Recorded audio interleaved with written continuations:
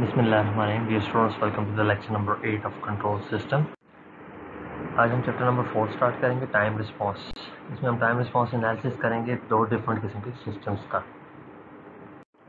आज के लेक्चर के कंटेंट्स देख लेते हैं। सबसे पहले आपके पास आता है poles, zeros and system response. Poles क्या होते हैं, जीरोज क्या होते हैं और सिस्टम का रिस्पांस क्या होता है। सबसे पहले हम इन चीज़ों को डिस्कस करेंगे।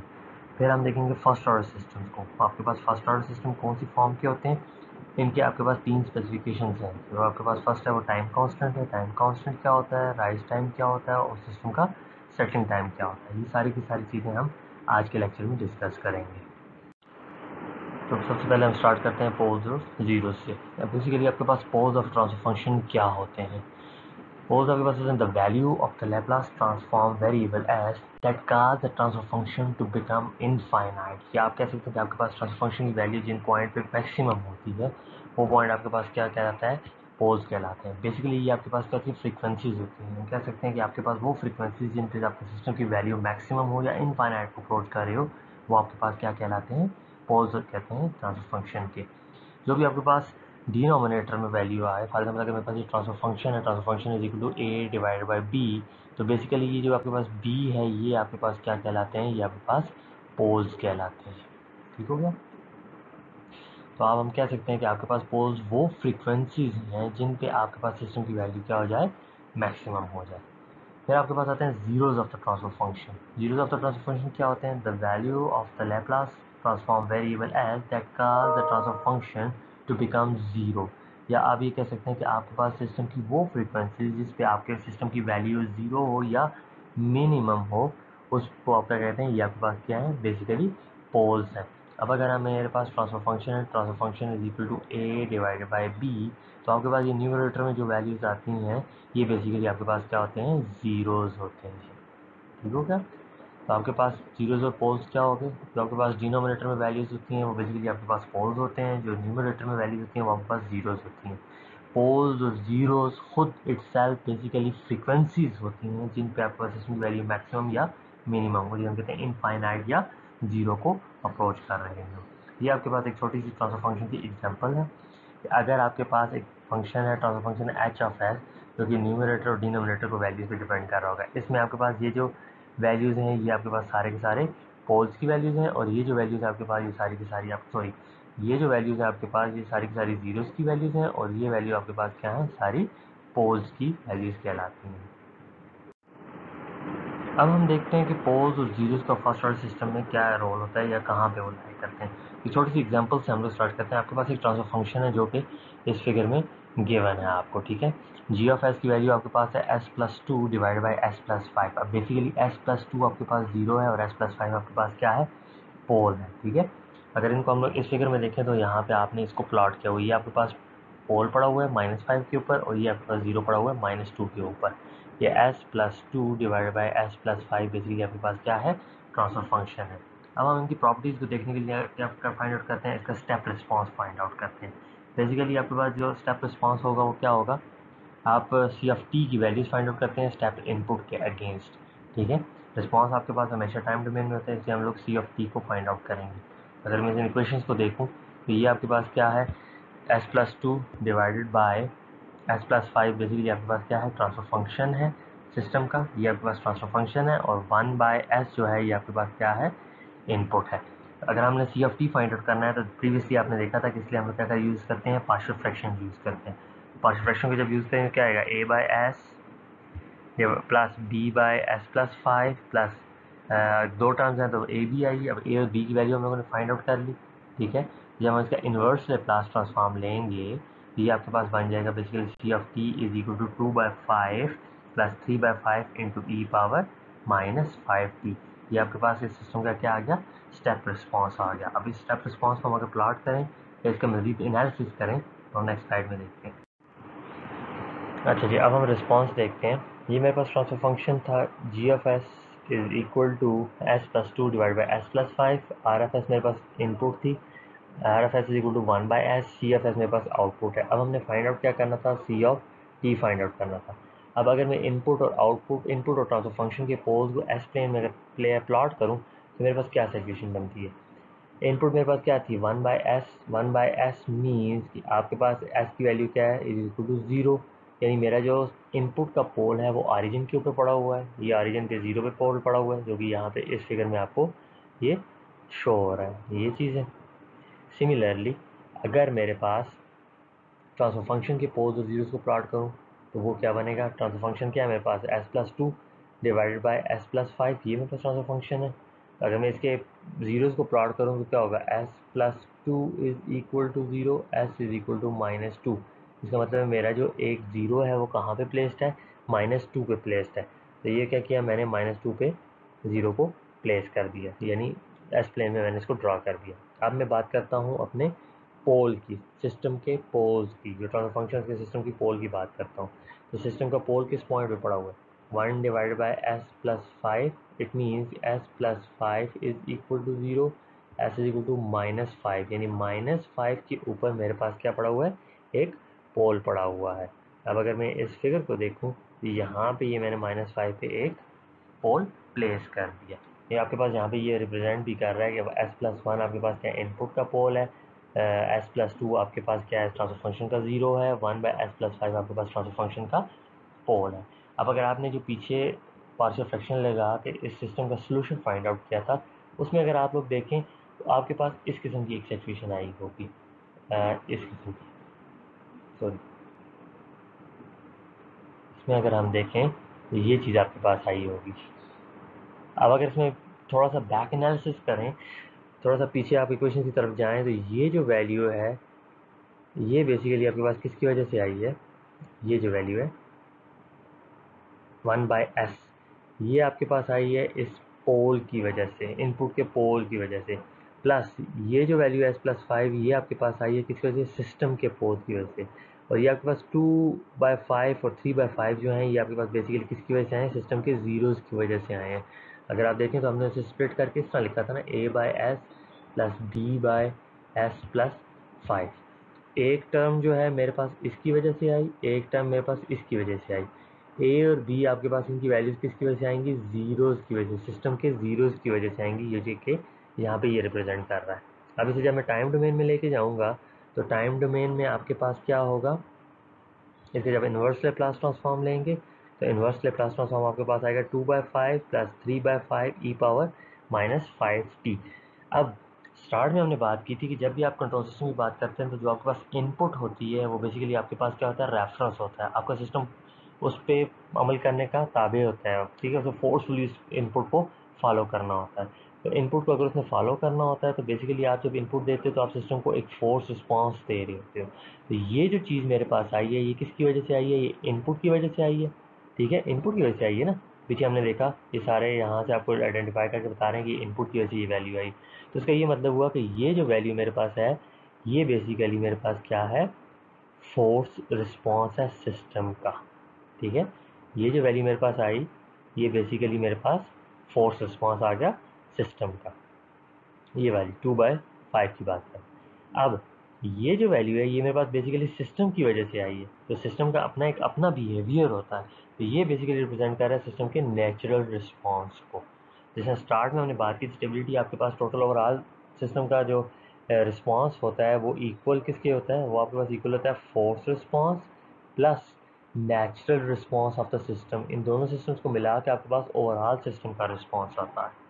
तो पोल्स और जीरोस का इफेक्ट आपने देख लिया। अब इस इक्वेशन से हम कुछ पॉइंट आइडेंटिफाई करते हैं, ठीक है, जिसे हम कहते हैं कुछ कंक्लूजन निकालते हैं कि आपके पास क्या चीज़ हमने इस सारे की सारे चीज़ों से, इस रिस्पॉन्स से कंक्लूड की। नेक्स्ट स्लाइड में देखते हैं कि आपने क्या चीज़ें इनसे कंक्लूड की। तो ये आपके पास कंक्लूजन है, ये 4 पॉइंट्स हैं जो हम लोगों ने पिछली इक्वेशन से या पिछली स्लाइड से जो हम लोगों ने आइडेंटिफाई किए। सबसे पहले आपके पास क्या कहते हैं, अपोज, एक सेकंड सॉरी, कहता है a pole of the input function generates the form of the force response, that is the pole at the origin generates a step function at the output। आपके पास जो इनपुट का पोल होगा वो हमेशा आपके पास फोर्स रिस्पॉन्स को जनरेट करवाएगा, ठीक है।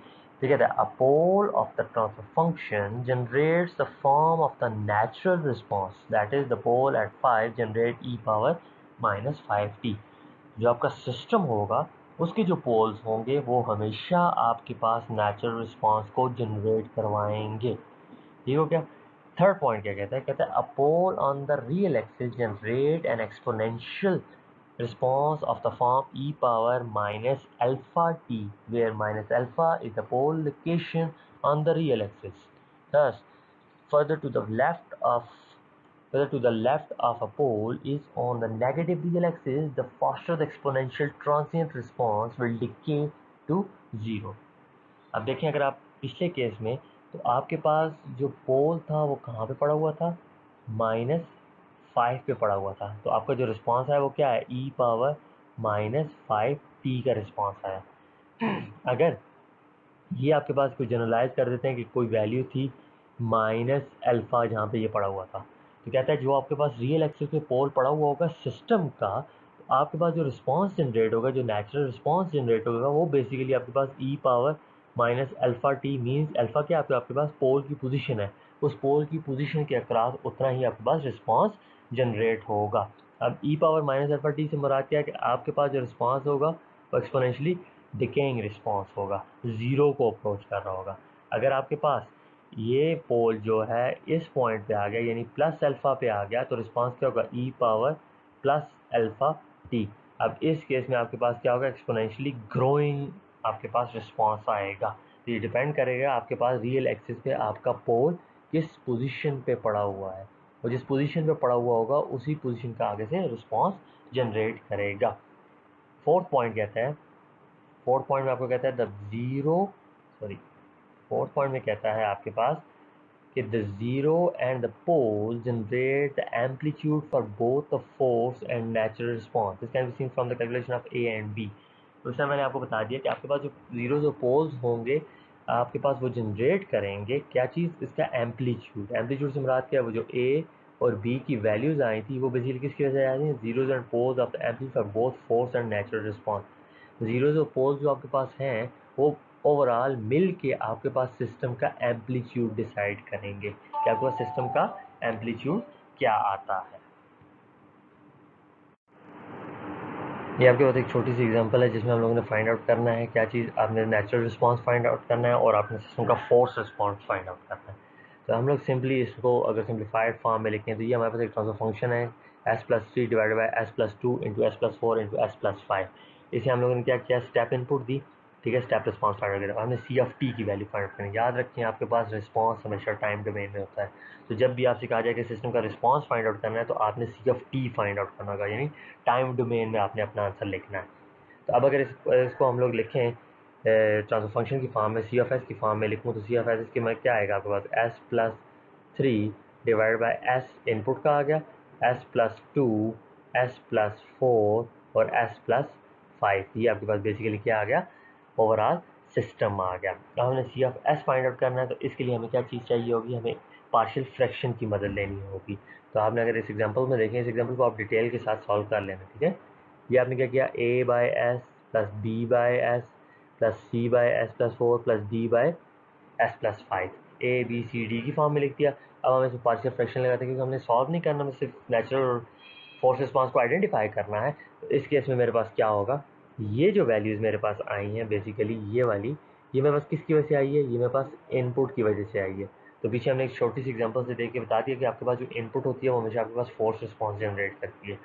ये जो बाकी वैल्यूज़ मेरे पास आई हैं ये बेसिकली मेरे पास किसकी वजह से आई हैं, जी ऑफ एस यानी ट्रांसफर फंक्शन की वजह से आई हैं।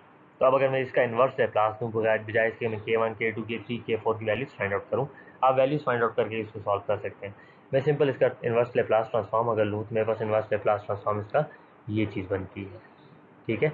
अब इसमें जो आपके पास ये रिस्पॉन्स है ये बेसिकली आपके पास क्या है, नेचुरल रिस्पॉन्स है।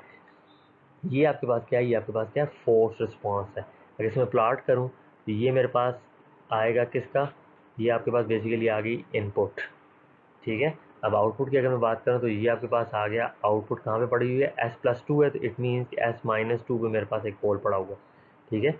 दूसरा अगर मैं प्लॉट करूँ तो s+4 है तो इट मीन्स कि मेरा s-4 पे एक पोल पड़ा हुआ है। तीसरे की अगर मैं बात करूँ तो s+5 है, इट मीन्स कि -5 पे मेरे पास एक पोल पड़ा हुआ है।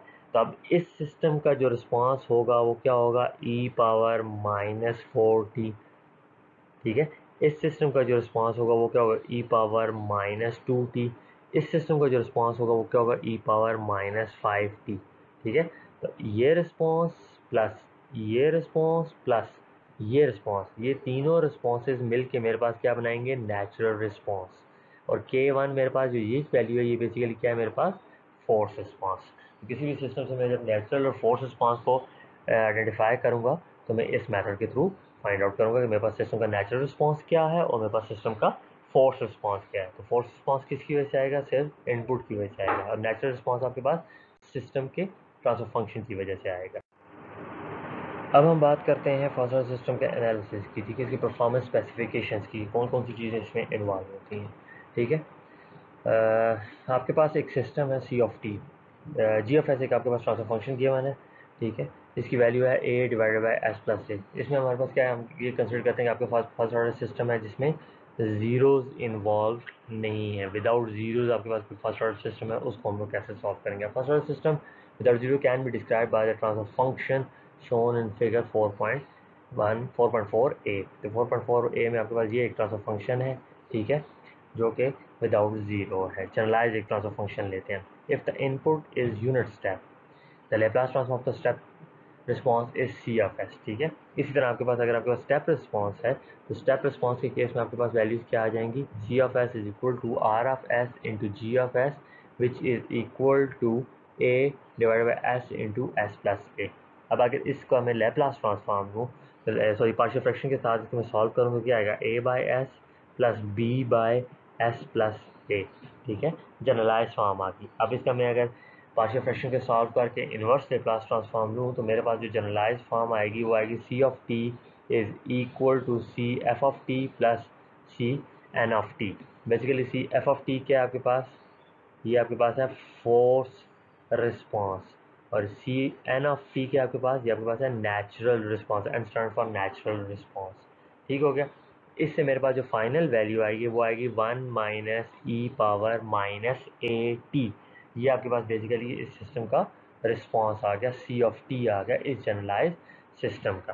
क्या रिस्पॉन्स आया, 1 minus E power minus A T.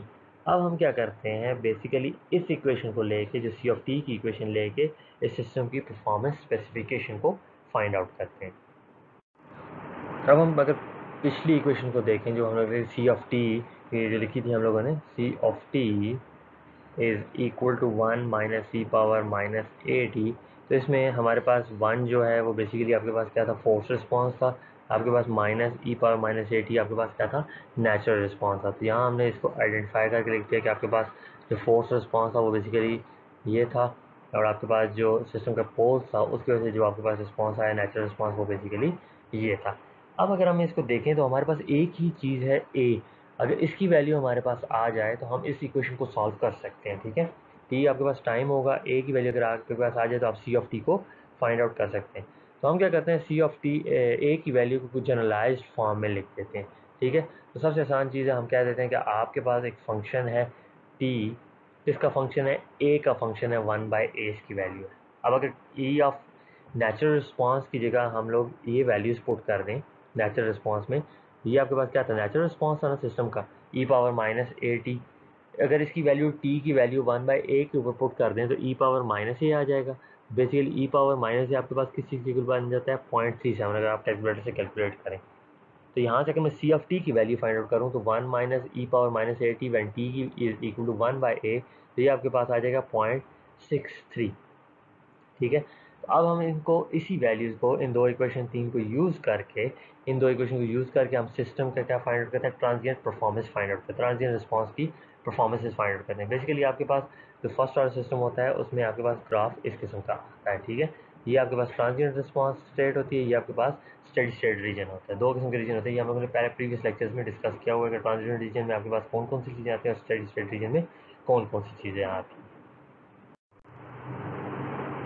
अब हमने प्रीवियसली जो टी की वैल्यू को 1 बाई ए पुट किया था, हमने कहा था कि टी की वैल्यू जी आपके पास 1 बाई ए है, तो हम 1 बाई ए को बेसिकली कोई नाम देते थे, जैसे हम कहते हैं ये आपके पास टाइम कांस्टेंट है। 1 बाई ए को हमने क्या दिया कि ये बेसिकली आपके पास क्या है, टाइम कांस्टेंट, एक नाम दे दिया। ठीक है, time constant of the response. अगर हम प्रीवियस इक्वेशन से देखें तो time constant can be describe, आप इसे डिफाइन करते हैं, कहते हैं time constant can be describe as the time for E power minus A t, ये बेसिकली ई पावर माइनस ए टी है, ठीक है, to decay to 37% of its final value. हमने अगर पीछे देखा हो तो आपके पास वैल्यू क्या आई थी, 0.37 आई थी या 0.63 आई थी, दो वैल्यूज आई थी ना। See simple e power minus ए टी की वैल्यू आपके पास when t is equal to 1/a, ये कितनी आई थी, 0.37 आई थी। जब मैंने c of t overall value put की थी तो वो आपके पास कितनी आई थी, 0.63। आप प्रीवियस स्लाइड पे जाके देख सकते हैं कि आपके पास यही दो वैल्यूज़ आई थी जब हम लोगों ने इसकी वैल्यू टी की वैल्यू 1/a पुट की थी। तो अब हम टाइम कांस्टेंट को अगर डिफाइन करें तो हम कह सकते हैं कि the time constant can be described as the time for E power minus A to decay to 37 of its initial value. आपकी इनिशियल वैल्यू से 37% जब वो डिके करता है तो वो आपके पास बेसिकली क्या कह रहा होता है कि आपका पास टाइम कांस्टेंट कहलाता है। या सेकेंडली इसे हम कह सकते हैं कि the time constant is the time it takes for the step response to raise to 63% of its final value। अगर मेरे पास फाइनल वैल्यू यहाँ पे अगर मैं देखूँ तो मेरे पास फाइनल वैल्यू क्या है, मेरे पास फाइनल वैल्यू है 1। तो 1 का जब मेरे पास जितना टाइम 1 का लेगा ये राइज करने का, फॉर एग्जाम्पल मैं यहाँ से अगर स्टार्ट करता हूँ राइज करने जैसे ही ये इस सिस्टम के 63% पे पहुँचेगा फाइनल वैल्यू के, अगर मेरे पास 1 है तो 1 का 63% कितना होता है, 0.63 होता है ना। अगर मेरे पास फाइनल वैल्यू, ये जो फाइनल वैल्यू है ये अगर 10 है तो 10 का 63% क्या होगा, 6.3 होगा। तो जब मेरा ये ज़ीरो से स्टार्ट हुआ, ज़ीरो से स्टार्ट होकर जैसे ही ये 6.3% के ऊपर पहुंचेगा तो उस वक्त जो मेरे पास बेसिकली टाइम होगा वो मेरे पास 1/a होगा और वो मेरे पास टाइम कांस्टेंट कहलाएगा, ठीक है। इसको ज़्यादा क्लियरली आप इस फिगर से देख सकते हैं। तो जो आपके पास फर्स्ट टाइम कांस्टेंट आएगा वो basically 63% of the final value होगा। तो आपका सिस्टम अगर ज़ीरो से स्टार्ट करता है, अपनी फाइनल वैल्यू को अप्रोच करते करते जब फाइनल वैल्यू की 63% तक पहुंचेगा तो उस वक्त जो आपके पास टाइम होगा बेसिकली वो आपके पास टाइम कांस्टेंट कहलाएगा। या अल्टरनेटली अगर आप 37% वाली इक्वेशन को यूज़ करें तो आप कह सकते हैं फाइनल वैल्यू से नीचे जितना डिफरेंस रहेगा वो 37% डिफरेंस रह गया, तो उस वक्त जो टाइम होगा वो आपके पास क्या होगा, फर्स्ट टाइम कांस्टेंट होगा। तो आसान आपके पास यही है जो आपके पास प्रीवियस है कि अगर आपने कई वैल्यू फाइनल वैल्यू को पहुंचते हुए जैसे ही आपका सिस्टम 63% पे पहुंचेगा तो उस वक्त जो टाइम होगा वो बेसिकली आपके पास टाइम कांस्टेंट कहलाएगा, ठीक है। वो आपके पास फर्स्ट टाइम कांस्टेंट होगा 1/a। दूसरा परफॉर्मेंस एनालिसिस आपके पास आता है राइज टाइम, ठीक है। अब राइज टाइम को हम डिफाइन करें तो राइज टाइम क्या कहता है, rise time is defined as the time for the wave form to go from point 1 to point 9 of its final value. या आप इसे ये भी कह सकते हैं 10% to the 90% of its final value, ठीक है। तो इसमें अगर मैं इस ग्राफ में अगर मैं इसका राइज टाइम निकालूँ तो ये पॉइंट 1 से पॉइंट 9 तक जितना टाइम इस सिस्टम ने लिया पहुंचने में वो बेसिकली आपके पास क्या कहलाता है, राइज टाइम कहलाता है। तो अगर मेरे पास फॉर एग्जाम्पल ये फाइनल वैल्यू 100 है तो इसका अगर मैं राइज टाइम निकालना होगा तो मैं निकालूंगा 10 से 90 तक पहुंचने के लिए जितना टाइम मेरे सिस्टम ने लिया बेसिकली वो मेरे पास क्या है, राइज टाइम है, ठीक है। अब मेरे पास अगर सी ऑफ टी की दो वैल्यूज़ यहाँ पे आएंगी, एक मेरे पास सी ऑफ टी की वैल्यू आएगी, सी ऑफ टी की वैल्यू अगर मैं निकालूँ एक 0.1 आएगी, फाइनल वैल्यू 0.1 है, दूसरी सी ऑफ टी की वैल्यू मेरे पास कितनी आएगी, 0.9 आएगी। इन दो वैल्यूज़ को इक्वेशंस में पुट करो, सी ऑफ टी की वैल्यू को पुट करो और वहाँ से टी की वैल्यू फाइंड आउट करो, ठीक है। तो वो जब आप उसको सॉल्व करोगे तो वो आपके पास 2.2 डिवाइडेड बाई ए आएगा। तो राइज टाइम आपके पास क्या आ गया, इस फर्स्ट ऑर्डर सिस्टम का राइज टाइम की वैल्यू क्या आएगी, t r is equal to 2.2 divided by a. ये आपके पास बेसिकली किसी भी कोई भी सिस्टम है जो आपके पास फर्स्ट ऑर्डर सिस्टम है उसका राइज टाइम कैलकुलेट करने की जनरलाइज्ड इक्वेशन है। ए आपके पास क्या होगा, तो एस प्लस ए की वैल्यू नीचे आपके पास होती है, ये बेसिकली आपके पास क्या है, ए की वैल्यू है। थर्ड और लास्ट जो परफॉर्मेंस इंडेक्स है वो आपके पास क्या है, सेटलिंग टाइम, ठीक है। अब सेटलिंग टाइम को कैसे डिफाइन करते हैं, settling time is defined as the time for the response to reach and stay within the 2% of its final value, ठीक है। तो अगर मैं यहाँ पे देखूँ तो यहाँ से आपका ग्राफ चलना शुरू हुआ, चलते चलते चलते से फाइनल वैल्यू को अप्रोच किया और जैसे ही स्टडी स्टेट रीजन में पहुँचा वहाँ से लेके 0 टाइम तक जितना भी टाइम इसने यूज़ किया या यूटिलाइज़ किया वो बेसिकली आपके पास क्या है, सेटलिंग टाइम कहलाता है। जैसे ही उस ट्रांजिट रीजन को छोड़ के स्टेडी स्टेट रीजन में एंटर होगा, वहाँ तक जितना टाइम आपके पास आएगा वो बेसिकली आपके पास आएगा सेटलिंग टाइम आएगा।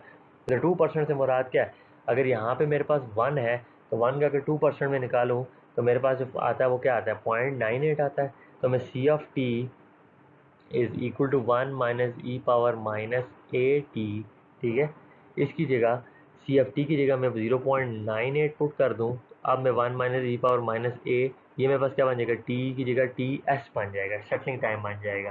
तो अब आपने क्या करना है, इस टी एस की वैल्यू फाइंड करनी है, एंटी लॉग लें, ठीक है, उसको सॉल्व करें। सॉल्व करने के बाद आपके पास जो फॉर्म वैल्यू आएगी टी एस की वो आएगी 3.91 divide by A, which is nearly equal to t of s is equal to 4 divided by a। ये आपके पास आ गया फर्स्ट ऑर्डर सिस्टम का सेटलिंग टाइम, ठीक है। अब आपके पास किसी भी किस्म का कोई जनरलाइज या आपके पास सिंपल फर्स्ट ऑर्डर सिस्टम, कोई भी दुनिया का किसी भी किस्म का फर्स्ट ऑर्डर सिस्टम आ जाए तो आपसे कहा जाए कि इसकी परफॉर्मेंस एनालिसिस करें, तो फर्स्ट ऑर्डर सिस्टम में आपने 3 चीज़ें फाइंड आउट करनी है। एक आपने टाइम कांस्टेंट फाइंड आउट करना है, एक आपने राइज टाइम फाइंड आउट करना है, और एक आपने सेटलिंग टाइम फाइंड आउट करना है, ठीक है। Rise time, settling time, time constant, तीनों के जनरलाइज रिलेशन आप लोगों ने फाइंड आउट कर दिए।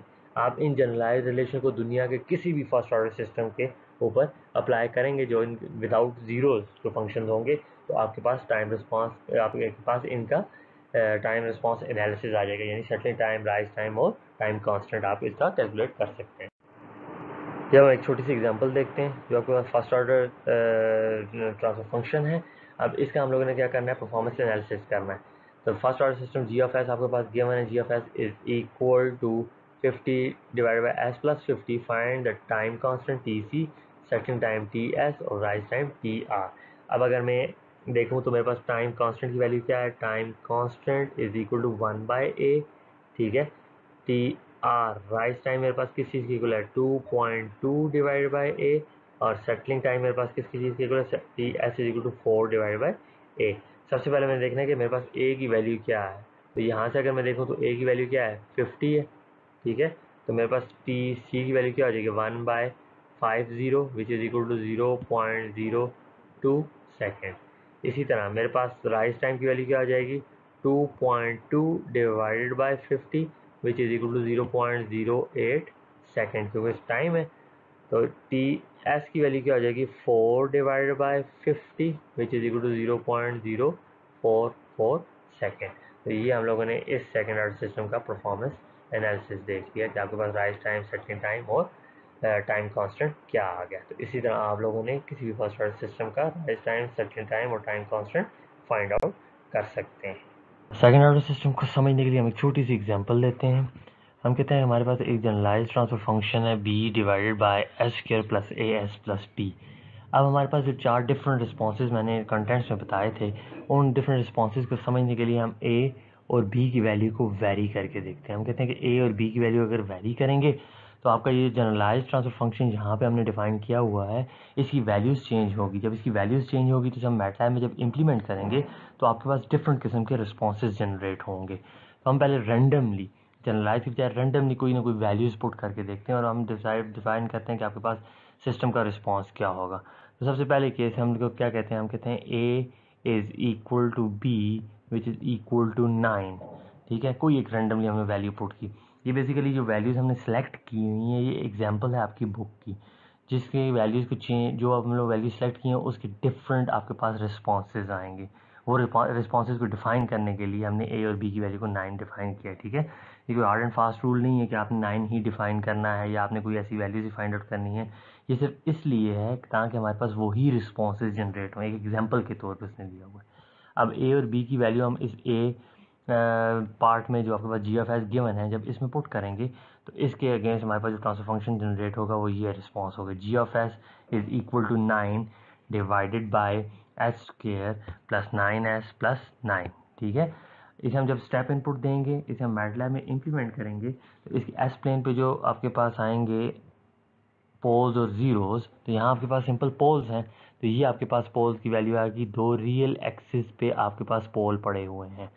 ये पोल्स हम लोग कैसे कैलकुलेट करेंगे, पार्शियल फ्रैक्शन यूज़ करेंगे। ये बेसिकली हम लोग सी ऑफ टी फाइंड आउट कर रहे हैं ना, तो CFT आपके पास क्या आ जाएगा, इस किस्म का रिस्पॉन्स आपको ये मैटलैब पे देगा। ठीक है, ये आपके पास पहला रिस्पॉन्स आएगा। अब आपके पास ऐसा रिस्पॉन्स जो इस तरह से अपने सिस्टम को अप्रोच कर रहा हो, इस किस्म के सिस्टम का रिस्पॉन्स को हम कहते हैं ये आपके पास ओवर डैम्प रिस्पॉन्स है। ठीक हो गया। अब हम सेकंड पार्ट पे चलते हैं।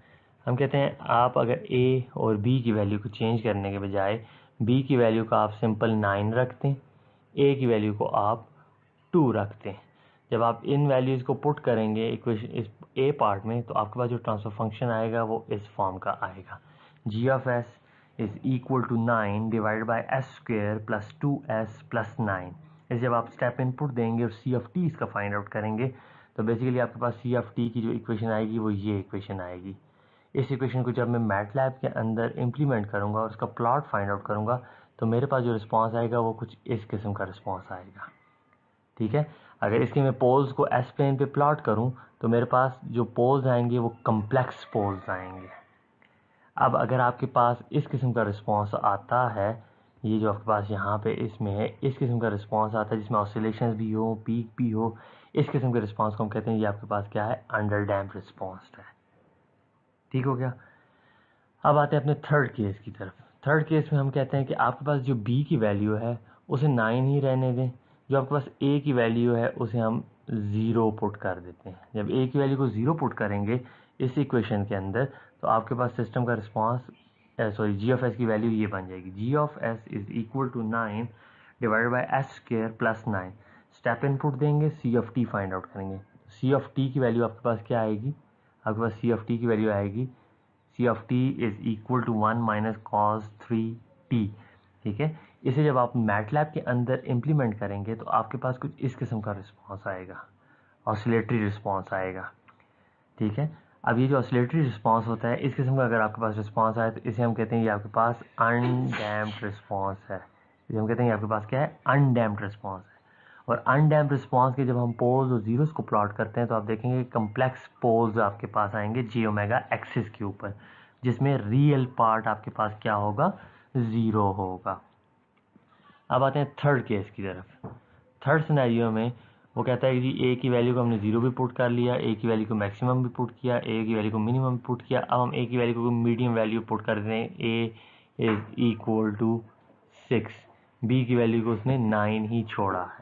ठीक है, अब जब इन वैल्यूज़ को हम उठा के इसमें पुट करेंगे तो आपका जो ट्रांसफर फंक्शन आएगा वो आएगा ये, G of S is equal to 9 divided by s square plus 6s plus 9।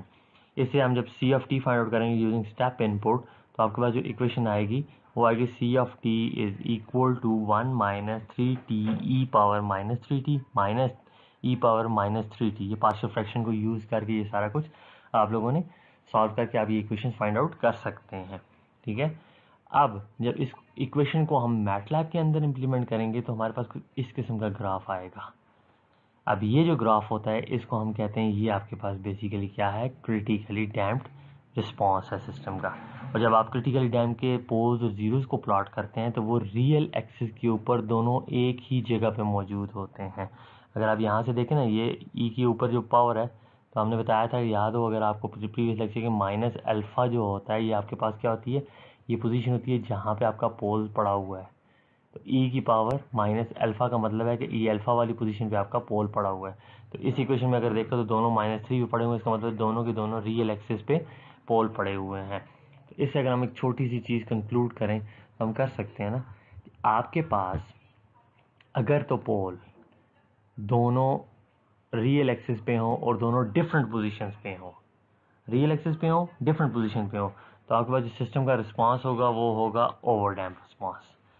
आपके पास अगर पोल्स कम्प्लेक्स हों, ठीक है, कम्प्लेक्स पोल्स आ जाएं जिसमें रियल पार्ट भी हो और कम्प्लेक्स पार्ट भी हो, इस केस में जो आपके पास सिस्टम का रिस्पांस आएगा उसे हम कहेंगे अंडर डैम्प रिस्पांस। ठीक है, थर्ड सिनेरियो में आपके पास क्या होगा, अगर दोनों पोल्स कम्प्लेक्स हैं और रियल पार्ट आपके पास 0 है, ठीक है, तो इस केस में आपके पास जो सिस्टम का रिस्पांस आएगा वो आएगा अनडैम्प्ड रिस्पांस। फोर्थ रिस्पांस में आपके पास क्या है कि दोनों के दोनों पार्ट रियल हो और दोनों के दोनों पोल सेम पोजीशन पे लाई कर रहे हो, उस सूरत में जो आपका रिस्पांस आएगा वो आएगा क्रिटिकली डैम्प्ड रिस्पांस। ठीक हो गया। तो ये डिफाइन किए हैं उसने डिफरेंट रिस्पॉन्सेज किस किस्म के शो होंगे। तो ये आपके पास कौन सा है, ओवर डैम्प है, ये आपके पास अंडर डैम्प रिस्पॉन्स है, ये आपके पास अनडैम्प रिस्पॉन्स है, ये आपके पास क्रिटिकली डैम्प रिस्पॉन्स है। तो ये 4 रिस्पॉन्सेज आपके पास सेकेंड ऑर्डर सिस्टम के केस में एग्जिस्ट करते हैं।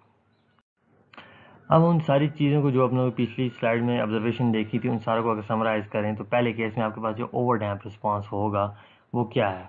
ओवर डैम्प रिस्पॉन्स के केस में आपके पास 2 रियल पोल्स आते हैं, ठीक है, 2 real poles at sigma minus sigma 1 और सिग्मा 2।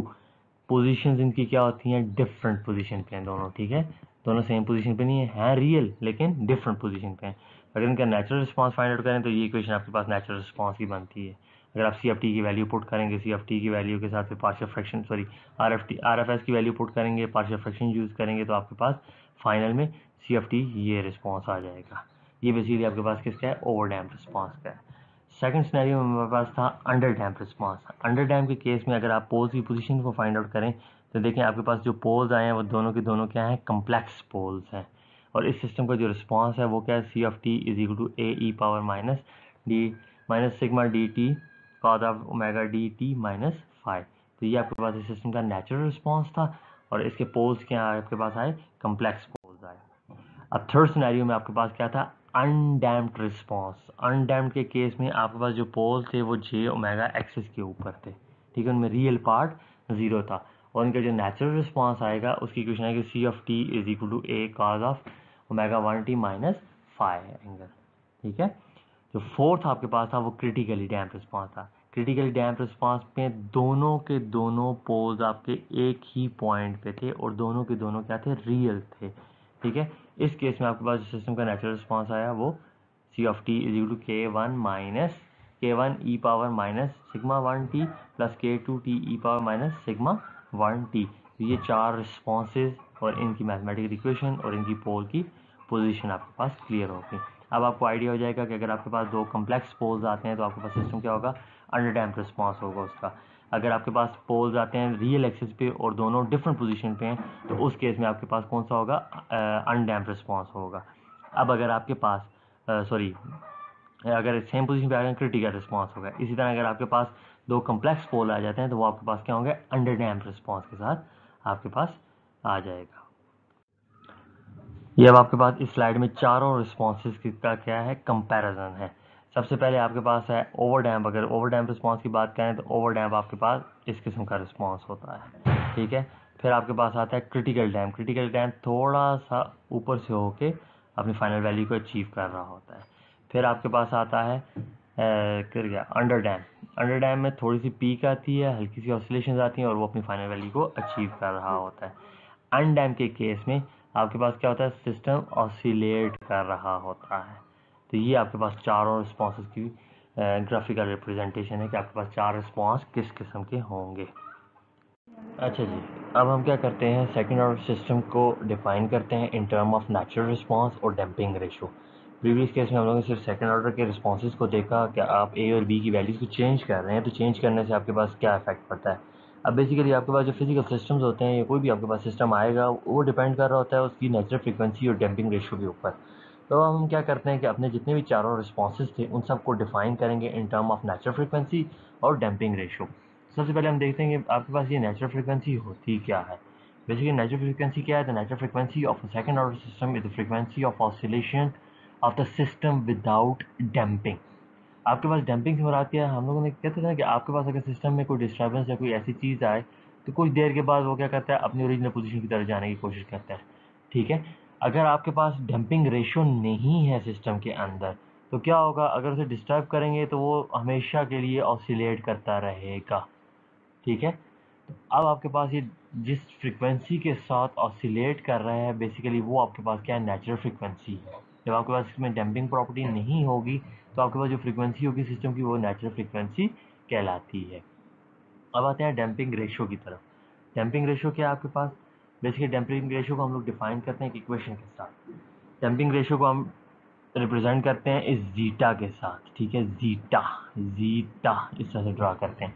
तो जीटा किस चीज़ की इक्वल होता है, जीटा आपके पास इक्वल होगा exponential decay frequency divided by natural frequency which is measured in radian पर सेकेंड।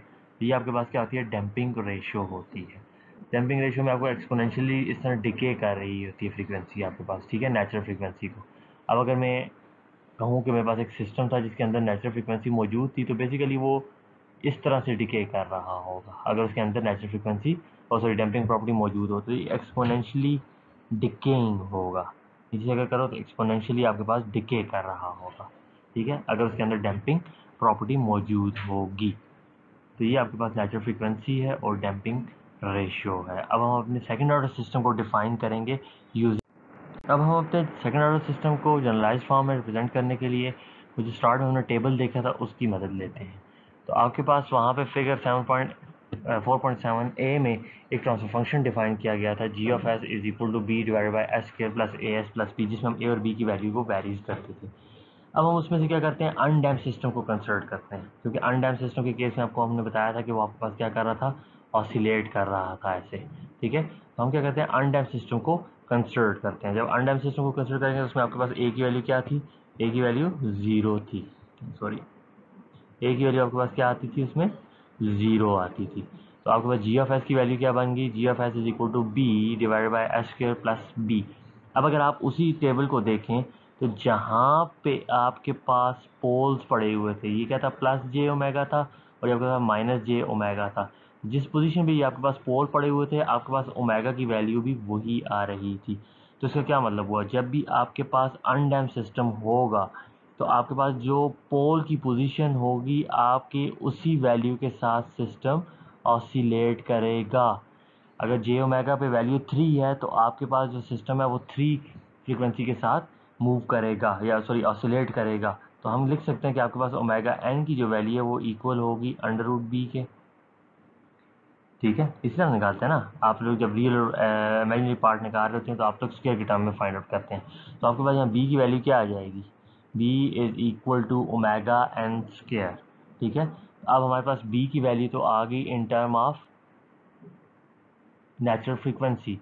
अब हम नेक्स्ट टारगेट क्या करते हैं, इस ए की वैल्यू को फाइंड आउट करते हैं इन टर्म ऑफ नेचुरल फ्रीक्वेंसी या डैम्पिंग रेशियो।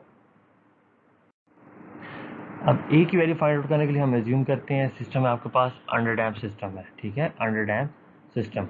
अब अंडर डैम्प सिस्टम के केस में अब अंडर डैम्प सिस्टम के केस में आपके पास क्या था, अब the complex poles have a real part sigma equal to -1/-a/2। अभी -a/2 बेसिकली कहाँ से आया है, अगर आप उस जनरलाइज इक्वेशन को देखें जो हम लोगों ने स्टार्ट में लिखी थी तो वो क्या थी, बी सॉरी इसी में लिख देता हूँ थोड़ा सा विजिबल हो जाएगा।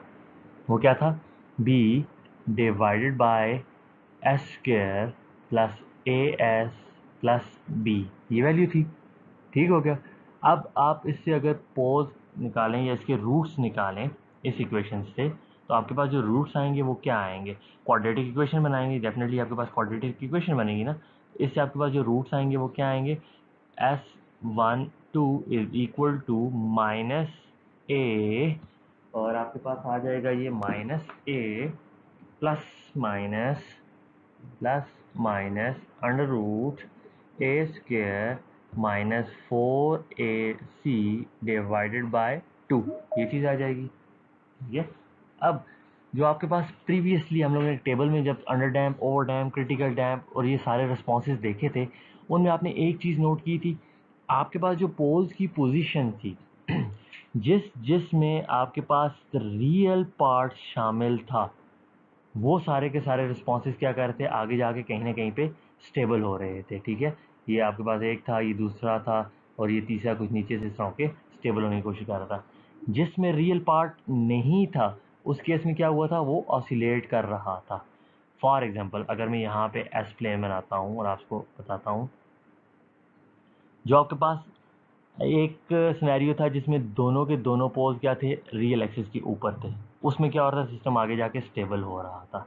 एक सिनेरियो ऐसा था कि एक पोल यहाँ पे था और एक पोल यहाँ पे था, पर दोनों रियल एक्सिस पे थे, वो भी आगे जाके कहीं ना कहीं पे स्टेबल हो रहा था। तीसरा सिनेरियो हमारे पास क्या था, एक कम्प्लेक्स पोल आ रहा था। अब इसमें ये देखें, ये रियल पार्ट भी मौजूद है और इसमें कम्प्लेक्स पार्ट भी मौजूद है। तो ये सिनेरियो क्या था, ये वाला सिनेरियो था। फोर्थ सिनेरियो जो था उसमें हमारे पास पोल यहाँ पे पड़े हुए थे।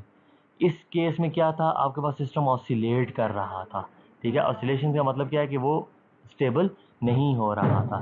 तो इससे अगर हम एक चीज़ कंक्लूड करें तो हम कह सकते हैं कि आपके पास जब भी पोल्स में रियल पार्ट शामिल होगा तो आपका सिस्टम क्या होगा, डैम्प आउट होगा। ठीक है, डैम्प आउट हो किसके सूरत में होगा, जब भी आपके पास रियल पार्ट शामिल होगा। तो इसका क्या मतलब हुआ कि ये जो मेरे पास क्वाड्रेटिक इक्वेशन है, इसमें ये जो टर्म है ये बेसिकली मेरे पास रियल टर्म है, ये मेरे पास क्या देती है, हमें कम्प्लेक्स टर्म देती है। तो मेरे पास जो एक्सपोनेंशियल डिकेइंग फ्रीक्वेंसी है वो बेसिकली किस चीज़ के ऊपर डिपेंड कर रही है, वो आपके रियल पार्ट यानी -a/2 के ऊपर डिपेंड कर रही है। जब वो -a/2 के ऊपर डिपेंड कर रही है तो इसकी वैल्यू मैं लिख सकता हूँ कि आपके पास, यार इसमें थोड़ा रब कर देता हूँ ताकि थोड़ी सी चीज़ें आपके क्लियर हो जाए। तो ये आपके पास क्या आया, रियल पार्ट के ऊपर डिपेंड करती हैं। अब रियल पार्ट की वैल्यू क्या है, -σ/2, सॉरी -a/2, -a/2 है। अब फ्रीक्वेंसी कभी नेगेटिव होती नहीं है इसलिए हमने इसे मॉड में लिया और हमारे पास जो फाइनल वैल्यू आई वो क्या आ गई, -a/2 डिवाइडेड बाय ω/n। अब इसको हम क्रॉस मल्टीप्लाई अगर करें तो ये हमारे पास क्या बनेगा, a = 2 zeta ω/n। अब a की वैल्यू हमारे पास आ गई, ये आ गई, b की वैल्यू हमारे पास आ गई ω/n²। इन वैल्यूज़ को उठा के उसी 4.7 की a में डालो, जो जनरलाइज हमारे पास बनाया हुआ था g(s) = b divide by s² plus as plus b। तो ये हमारे पास जो जनरलाइज ट्रांसफर फंक्शन आएगा वो क्या आएगा, g(s) = ω/n² divide by s² plus 2 zeta ω/ns plus ω/n²। आपके पास जो सेकंड ऑर्डर सिस्टम है उसकी जनरलाइज्ड इक्वेशन क्या है, g(s) = ω/n² divide by s² plus 2 zeta ω/ns plus ω/n²। अब आपके पास दुनिया का कोई भी सेकंड ऑर्डर सिस्टम हो, आपने उसकी डैम्पिंग रेशियो निकालनी हो, आपने उसकी नेचुरल फ्रीक्वेंसी निकालनी हो, आप इस इक्वेशन को यूज़ करके वो चीज़ें कैलकुलेट कर सकते हैं। कैसे करेंगे आगे एग्जाम्पल में हम लोग डिस्कस करते हैं। अब ये बेसिकली आपके पास एक सिंपल सा ट्रांसफर फंक्शन है। ठीक है, g(s) = 36 divided by s² plus 4.2s plus 36। आपसे कहा जाता है कि ये मेरे पास एक सेकेंड ऑर्डर सिस्टम है, इसका मुझे डैम्पिंग रेशो और नेचुरल फ्रीक्वेंसी फाइंड आउट करके बताओ। तो जब भी आपके पास सेकेंड ऑर्डर सिस्टम आएगा और आपसे कहा जाएगा इसका रिस्पॉन्स फाइंड आउट करो या इसके डैम्पिंग रेशो या इसको ω/n फाइंड आउट करो, तो आपने कैसे फाइंड आउट करना है। सबसे पहले जो आपके पास ये ट्रांसफर फंक्शन गिवन है, ये जो आपको क्वेश्चन गिवन होगा, इसे कंपेयर करना है जनरलाइज ट्रांसफर फंक्शन के साथ। जनरलाइज ट्रांसफर फंक्शन क्या है, g(s) = ω/n² divided by s² plus 2 zeta ω/n plus ω/n²। ये आपके पास क्या है, जनरलाइज ट्रांसफर फंक्शन है। अब एक बार याद रखना, देखिए यहाँ पे 1 है तो यहाँ पे भी 1 ही होना चाहिए। इसे आपने कंपेयर करके 1 करना है। अगर यहाँ पे s के साथ कोई वैल्यू मौजूद है तो आपने इस तरह से उसे कॉमन वगैरह लेना है कि यहाँ s² के साथ 1 आ जाए। ठीक है, अब आप इसको जब कंपेयर करोगे, इसको कंपेयर करो इसके करेक्टरिस्टिक इक्वेशन के साथ, तो जब कंपेरिजन करेंगे तो क्या आएगा, s² plus 4.2s plus 36 = s² plus 2 zeta ω/n(s) yes भी अच्छा प्लस ω/n²। ऐसा ही है। तो अब इस जब कंपैरिजन करते हैं तो ये चीज़ इसके साथ कंपेयर होती है, ये चीज़ इसके साथ कंपेयर होती है और ये चीज़ इसके साथ कंपेयर होती है। ये तो आपके पास सेम है, ये तो ऑटोमेटिकली कैंसिल आउट हो जाएंगे। यहाँ से आपके पास ω/n², ये जो आ रही है यहाँ से, इन दोनों से आपके पास आ जाएगा ω/n² = 36। तो ω/n की वैल्यू क्या आ गई, ω/n = 6। नेचुरल फ्रिक्वेंसी आपके पास आ गई 6। अब जीटा की वैल्यू के लिए हम क्या करेंगे, इस टर्म को कंपेयर करेंगे, 4.2 = 2 zeta ω/n, क्योंकि s से कैंसिल आउट हो जाएगा। ω/n की वैल्यू मैं यहाँ से पुट कर दूंगा, जीटा की वैल्यू आपके पास आ जाएगी, जीटा आता है 0.35। तो ये बेसिकली आपके पास क्या आ गया, जीटा की वैल्यू आ गई। अब ये जो सेकेंड ऑर्डर सिस्टम मुझे गिवन था, इसकी नेचुरल फ्रिक्वेंसी 6 रेडियन पर सेकेंड है और इसकी डैम्पिंग रेशियो है 0.35। तो यहाँ से मुझे आइडिया हो गया कि मेरे पास जो सेकंड ऑर्डर सिस्टम है उसकी नेचुरल फ्रिक्वेंसी क्या है और उसकी डैम्पिंग रेशो क्या है। अब जैसा प्रीवियस सिनेरियो में हम लोगों ने देखा था ना, हम ए और बी की वैल्यू को वेरी करके सिस्टम के रिस्पॉन्सेज को डिफाइन कर रहे थे। अंडर डैम कौन सा है, अन डैम कौन सा है, क्रिटिकल डैम कौन सा है, ओवर डैम कौन सा है, वो तो हमने रैंडमली वैल्यूज़ पुट करके सिस्टम के रिस्पॉन्सेज को देख रहे थे। अब हम जब जनरलाइज बात करते हैं तो हमने अपने सिस्टम को डिफाइन करना है in term of zeta and in term of omega N. उसके लिए हम लोग क्या करेंगे, जनरलाइज हमारे पास ट्रांसफर फंक्शन था G of S is equal to omega N square divide by s square plus 2 zeta omega N S plus omega N square. उसकी characteristic equation से क्वाड्रेटिक इक्वेशन को यूज़ करके हम उसके रूट्स फाइंड आउट कर लेते हैं। तो ये बेसिकली आपके पास क्या आ गए, रूट्स आ गए। अब हम अपने सिस्टम के रिस्पॉन्सेज को डिफाइन करेंगे with respect to zeta damping ratio. तो सबसे पहले हम कहते हैं अगर हमारे पास जीटा की वैल्यू क्या है, ज़ीरो है, तो सिस्टम का रिस्पॉन्स क्या होगा। इस जीरो को पुट करो इस इक्वेशन में, जीटा जीरो हो गया तो ये टर्म जीरो होगी आपके पास। ये आपके पास क्या होगा, जीरो है तो -1 आएगा, यानी ये आपके पास जो पोल आएंगे वो आएंगे प्लस माइनस जे ओमेगा एन, क्योंकि यहाँ पे अंदर नेगेटिव वैल्यू आ जाएगी तो ये आपके पास क्या बन जाएगा, जे बन जाएगा। इनको जब मैं प्लॉट करूँगा तो मेरे पास दोनों पोल्स कहाँ पे आ जाएंगे, जे ओमेगा एक्सिस पे आएंगे। तो प्रीवियस हमने देखा था कि अगर आपके पास जे ओमेगा एक्सिस पे आए तो आपके पास सिस्टम क्या करता है, ऑसिलेट करता है, और उस सिस्टम को हम क्या कहते हैं, ये आपके पास कौन सा सिस्टम है, ये आपके पास अनडैम्प्ड रिस्पॉन्स या अनडैम्प्ड सिस्टम आ गया। ठीक हो गया। सेकंड केस में हम लोग क्या करते हैं, जीटा की वैल्यू को वैरी करते हैं 0 और 1 के दरमियान। तो 0 और 1 के दरमियान जब आप इसको पुट करेंगे तो आपके पास ये कोई कम्प्लेक्स वैल्यूज़ आएंगी जिसमें रियल पार्ट भी होगा और इमेजिनरी पार्ट भी होगा। तो इस केस में आपके पास कौन सा रिस्पांस आता है, इस किस्म का रिस्पांस आएगा, और इस किस्म के रिस्पांस को हम कहते हैं ये आपके पास क्या है, अंडर डैम्प रिस्पांस है। ठीक हो गया। थर्ड सिनेरियो में हम लोग क्या देखते हैं, हम कहते हैं कि आपके पास जीटा की वैल्यू -1 है, सॉरी +1 है, इक्वल टू 1 है। जब हम जीटा की वैल्यू यहाँ इक्वल टू 1 पुट करेंगे तो दोनों पोल सेम पोजीशन पे आ जाएंगे, तो ये टर्म 0 हो जाएगी, ये आपके पास रह जाएगा ओमेगा एन। ठीक है, और दोनों के दोनों आपके पास रियल एक्सिस पे आएंगे, तो इस सूरत में आपके पास जो रिस्पांस आएगा वो इस किस्म का रिस्पांस आएगा, और इस किस्म के रिस्पांस को हम लोग कहते हैं ये आपके पास क्या है, क्रिटिकली डैम्प्ड रिस्पांस है। ठीक है, इसमें थोड़ा सा क्लियर करके बनाते हैं, ये आपके पास क्रिटिकली डैम्प्ड रिस्पांस आ गया। अब हम कहते हैं कि आपके पास जीटा की वैल्यू ग्रेटर देन 1 है।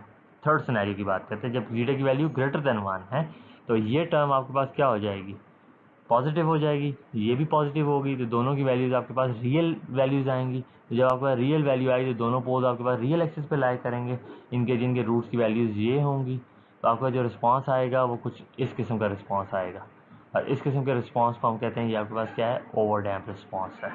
अब आप अपने सिस्टम के रिस्पॉन्सेज को डिफाइन करेंगे विद रिस्पेक्ट टू जीटा। अगर हम प्रीवियस एग्जांपल को देखें, जो अभी थोड़ी देर पहले हम लोगों ने पिछली स्लाइड पे एग्जांपल की थी, उस एग्जांपल में आपके पास जीटा की वैल्यू क्या आई थी, याद है आपको, उसमें आपके पास जीटा की वैल्यू आई थी 0.35। अब अगर मैं इस टेबल को देखूं तो 0.35 कहाँ पे लाई करता है, 0.35 बेसिकली ये है, ऐसा ही है ना, 0 और 1 के दरमियान में। तो 0.35 इसका मतलब है जब मेरे पास जीटा की वैल्यू 0.35 आई तो मैंने सोचा हाँ जी मेरे पास किस रेंज में आ रही है, इस रेंज में आ रही है, तो ये जो मेरे पास सिस्टम होगा ये बेसिकली अंडर डैम्प सिस्टम होगा। जो प्रीवियस एग्जाम्पल में मुझे सिस्टम गिवन था वो क्या था, अंडर डैम्प रिस्पॉन्स था। मुझे मैटलैब में जाके उसके रूट्स को प्लॉट करके उसकी ग्राफ को प्लॉट नहीं करना पड़ेगा, मैं जस्ट जीटा की वैल्यू देखूंगा और मैं अपने सिस्टम को डिफाइन कर दूंगा। तो अब आपको जब भी कोई सेकंड ऑर्डर सिस्टम गिवन हो, आपने क्या करना है, उस सिस्टम से उसकी जीटा की वैल्यू फाइंड आउट करनी है। जैसे ही आपके पास जीटा की वैल्यू आई, आप डिफाइन कर सकते हैं कि आपके पास सिस्टम का रिस्पांस क्या है, अंडर डैम्प है, ओवर डैम्प है, क्रिटिकल डैम्प है, अनडैम्प है, क्या रिस्पांस है उसका।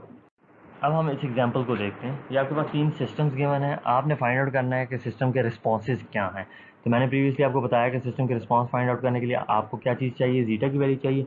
तो इनको अगर मैं करेक्टरिस्टिक इक्वेशन के साथ कंपेयर करूँ, characteristic equation of generalize system क्या है, S square plus 2 zeta omega N S plus omega N square, ये जनरलाइज सिस्टम की क्या है, करेक्टरिस्टिक इक्वेशन है। इसको कंपेयर करो किसके साथ, इसके साथ।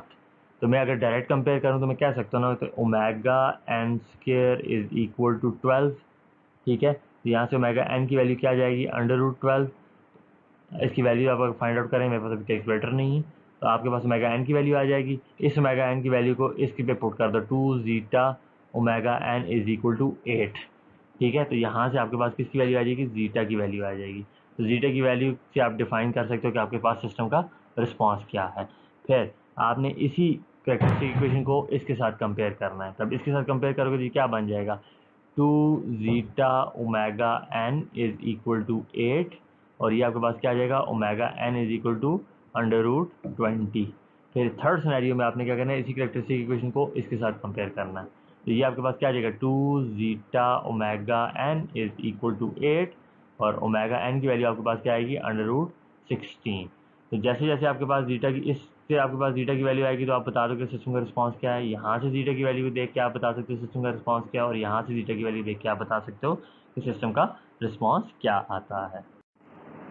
अच्छा जी, अब हम लोगों ने सिस्टम के रिस्पॉन्सेज को स्टडी कर लिए, कौन कौन से सिस्टम के रिस्पॉन्स होते हैं। अब आते हैं कि step response of the second order system क्या होगा।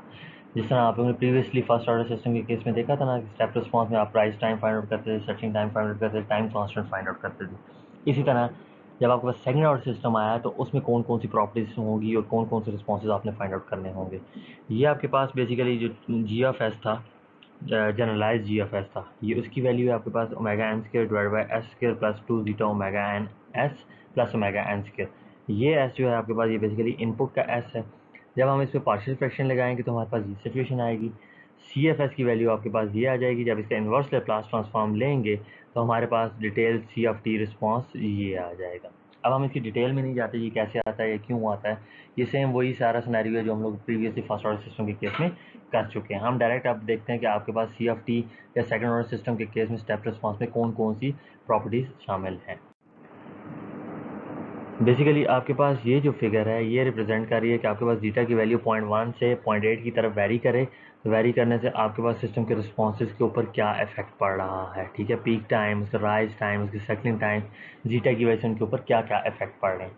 जब भी हम सेकंड ऑर्डर सिस्टम की बात करते हैं, आपसे कहा जाए कि आपने स्टेप रिस्पॉन्स फाइंड आउट करना है using for second order system, तो आपके पास कौन कौन सी चीज़ें शामिल होगी। सबसे पहले आपके पास होगा राइज टाइम, फिर आपके पास होगा पीक टाइम, फिर आपके पास होगा सेटलिंग टाइम, फिर आपके पास होगी परसेंटेज ओवरशूट, कि वो फाइनल वैल्यू से कितना पीक में, फर्स्ट पीक में ऊपर जाता है। ये बेसिकली आपके पास करती है परसेंटेज ओवरशूट।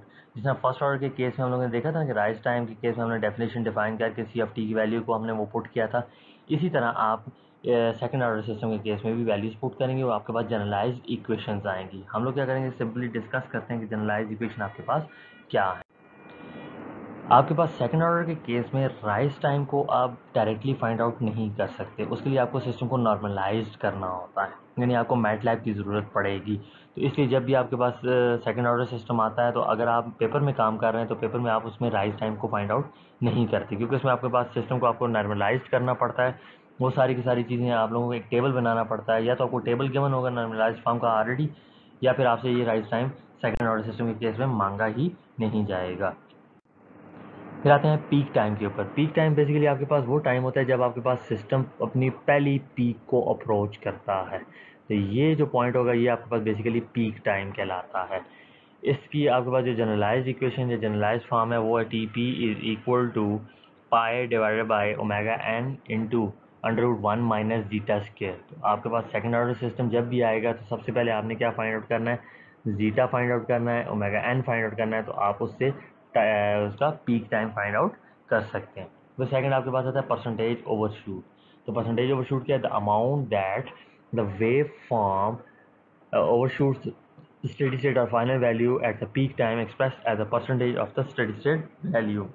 तो ये आपके पास परसेंटेज ओवरशूट किस चीज़ की इक्वल है, percentage overshoot is equal to e power minus zeta pi divided by 1 minus zeta square under root whole into 100।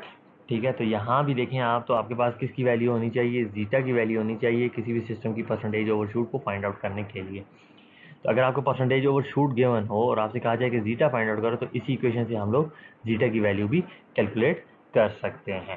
फिर आपके पास आता है सेटलिंग टाइम। अब सेटलिंग टाइम आपके पास क्या है, the time required for the transient damped oscillation to reach and stay within 2% of the steady state value.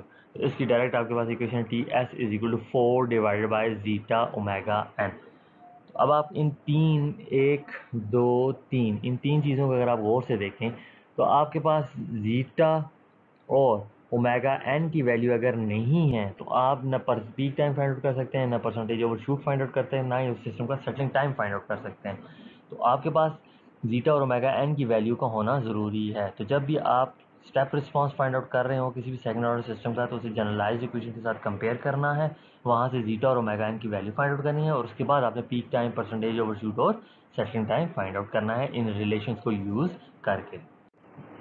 अब यहाँ हम एक छोटी सी एग्जांपल करते हैं। ये आपके पास एक सिंपल ट्रांसफर फंक्शन गिवन है, G of S is equal to 100 divide by s square plus 15s plus 100। कहता है आपने पीक टाइम फाइंड आउट करना है, percentage of shoot find out करनी है, सेटिंग टाइम फाइंड आउट करना है और राइज टाइम फाइंड आउट करना है। तो हम इस केस में राइज टाइम फाइंड आउट नहीं करते, ठीक है, क्योंकि हमने कह दिया कि आपके पास पेज पे अगर आप फाइंड आउट कर रहे हैं तो नहीं कर सकते, आपको उसके नॉर्मलाइज ग्राफ चाहिए होता है। तो हम ये तीन चीज़ें फाइंड आउट करते हैं। तो मैंने आपसे कहा था कि ये तीन चीज़ें फाइंड आउट करने के लिए आपके पास जीटा और ओमेगा एन की वैल्यू होनी चाहिए। तो मैं क्या करूँगा, जनरलाइज इक्वेशन की करेक्टरिस्टिक इक्वेशन लिखूंगा, S square plus 2 zeta omega N S plus omega N square. ठीक है, इसको जब मैं कंपेयर करूँगा इसके साथ, तो मेरे पास ओमेगा एन की वैल्यू क्या आ जाएगी, 100 अंडर रूट, और 2 जीटा ओमेगा एन की वैल्यू मेरे पास क्या आ जाएगी, 15। तो यहाँ से जब मैं जीटा और ओमेगा एन की वैल्यू फाइंड आउट करूँगा तो मेरे पास क्या आएगी, ओमेगा एन मेरे पास आ गया कितना, 10, और यहाँ से जीटा की वैल्यू आ गई 0.75। इस 10 को मैं यहाँ पुट करके इसको फाइंड आउट कर सकता हूँ। अब 10 और 0.5 आ गई।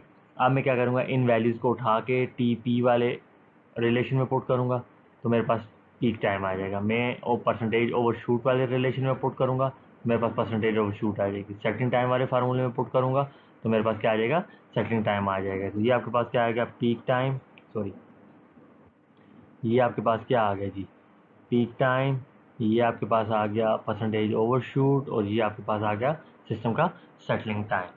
ठीक है, तो इन सब चीज़ों के लिए मैं बार बार कह रहा हूँ कि आपके पास जीटा और ओमेगा एन की वैल्यू का होना ज़रूरी है, तब आप rise time, peak time, settling time, percentage overshoot second order system का फाइंड आउट कर सकते हैं। एक चीज़ में कंफ्यूज नहीं होना कि आपने सिस्टम को देखना है। सिस्टम अगर फर्स्ट ऑर्डर है तो उसके ऊपर फर्स्ट ऑर्डर वाले रिलेशन यूज़ करने हैं, अगर आपके पास सिस्टम सेकंड ऑर्डर है तो उसके ऊपर सेकंड ऑर्डर वाले सिस्टम के रिलेशन यूज़ करने हैं। ठीक है, तो इनमें कंफ्यूज नहीं होना। सबसे पहले आपने आइडेंटिफाई करना है कि आपका सिस्टम फर्स्ट ऑर्डर है या सेकंड ऑर्डर है। सेकंड ऑर्डर है तो आपके पास ये रिलेशन लगेंगे, आप सेकंड ऑर्डर में आपको जीटा और ओमेगा एन की वैल्यू फाइंड आउट करनी होगी, और उसके बाद आपके पास रिलेशन लगेंगे। फर्स्ट ऑर्डर के केस में आपने देखा होगा वो चीज़ें आसान है। Thank you very much. तो ये था आपका चैप्टर नंबर 4।